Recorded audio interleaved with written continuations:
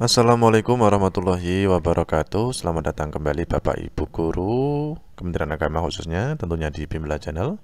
Yang baru bergabung silahkan bisa diklik subscribe agar selalu mendapatkan update dari kami di Bimbela Channel.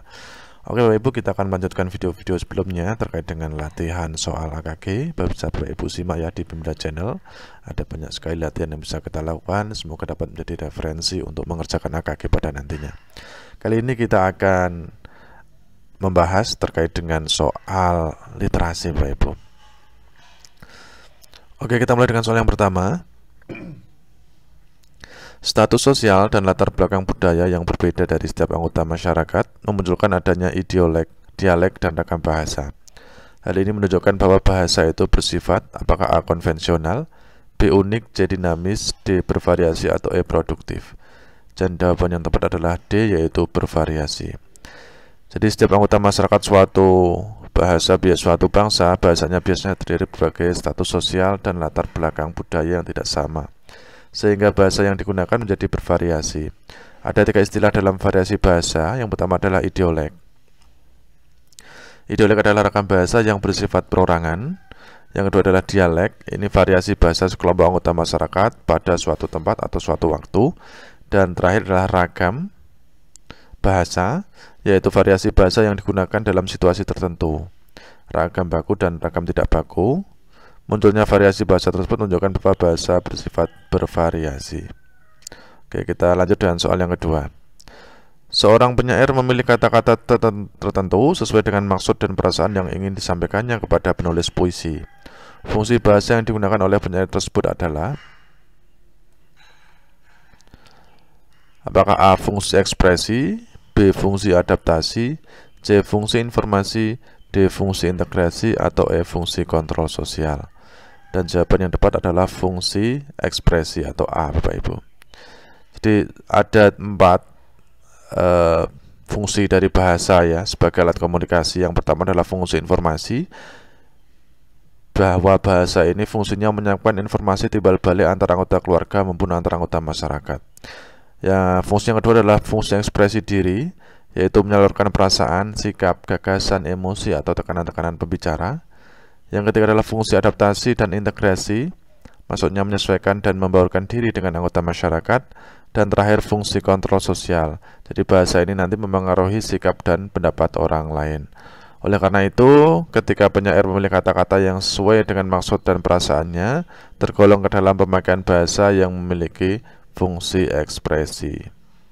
Kita lanjut Bapak Ibu. Ani, peserta didik kelas 3 SD, sudah bisa berbicara dengan lancar dengan jumlah kata bisa sampai 12 kata dalam satu kalimat. Ani juga sudah dapat memahami penjelasan guru di kelas, sehingga mampu mengikuti pelajaran dengan baik. Hal ini menunjukkan bahwa Ani berada pada fase apakah A. pragmatik, B. semantik, C. sintaksis, D. morfologis, atau E. fonologis. Dan jawaban yang tepat adalah B, yaitu semantik.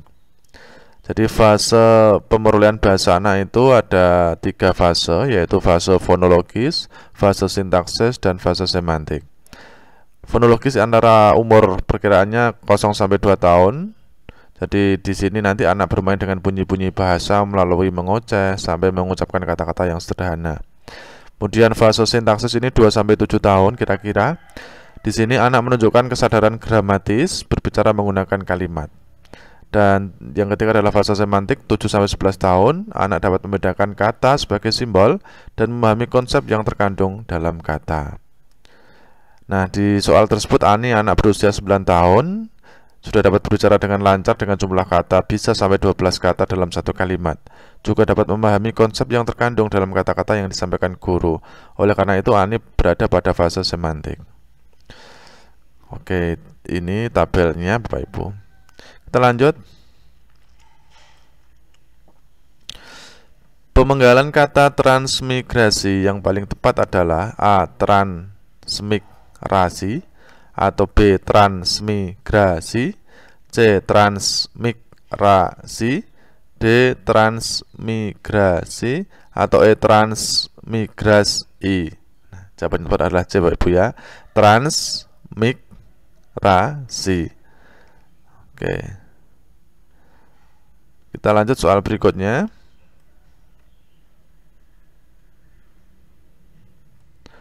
Seekor anak gajah terperangkap dalam lubang yang sangat besar. Kata yang mengandung morfem terlihat pada kalimat di atas adalah A. Apakah seekor dan gajah, B. Anak dan terperangkap, C. Terperangkap dan lubang, D. Seekor dan terperangkap, atau E. Lubang dan besar. Jadi Bapak Ibu, jawaban yang tepat adalah D, yaitu seekor dan terperangkap. Kita tahu bersama bahwa morfem adalah suatu bentuk bahasa terkecil yang mempunyai makna relatif stabil dan tidak dapat dibagi lagi menjadi bagian bermakna yang lebih kecil. Morfem dapat ditemukan dengan cara melakukan pemotongan pada suatu bentuk bahasa atau kata. Contoh pemotongan pada kata melihat. Nah, melihat. Jika lihat dipotong lagi, li dan hat, keduanya tidak memiliki makna. Bentuk me dan lihat disebut morfem. Kalau di sini kan seekor ya, terperangkap. Berdasarkan proses pembentukannya, morfem terdiri atas morfem bebas dan morfem terikat. Oke. Morfem terikat adalah morfem yang tidak mempunyai potensi untuk berdiri sendiri dan selalu terikat dengan morfem lain untuk membentuk suatu ujaran. Contoh, me, ber, di, dan lain-lain. Kemudian berdasarkan tempat terikatnya, morfem terikat dapat dibagi lagi menjadi 4 jenis, yaitu awalan atau prefiks, sisifan atau infiks, akhiran sufiks, dan gabungan awalan akhiran atau konfiks. Kata-kata yang mengandung morfem terikat pada kalimat seekor anak gajah terperangkap dalam lubang yang sangat besar dapat diidentifikasi dari kata-kata yang mengandung imbuhan. Di sini ada se, ya, imbuhan se dan ter.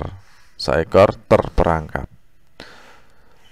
Oke, lanjut. Proses pembentukan kata pertanggungjawaban berasal dari A. Tanggung jawab dan peran, kemudian B. Pertanggung jawaban, C. Pertanggung jawaban, D. Pertanggung jawaban, E. Pertanggung jawaban. Jawaban itu adalah A, yaitu tanggung jawab plus imbuhan peran. Jadi proses pembentukan kata pertanggungjawaban ini berasal dari kata majemuk tanggung jawab sebagai bentuk dasar dan konfiks peran.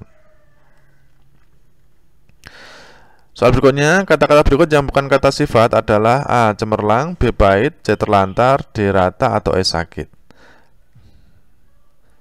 Jawaban yang tepat adalah C, yaitu telantar, yang bukan kata sifat. Kata sifat yaitu kata yang menyatakan sifat atau hal keadaan pada suatu benda. Kata sifat juga diartikan sebagai kata yang menerangkan kata benda. Pada umumnya, kata sifat ini dapat bergabung dengan kata lebih dan sangat.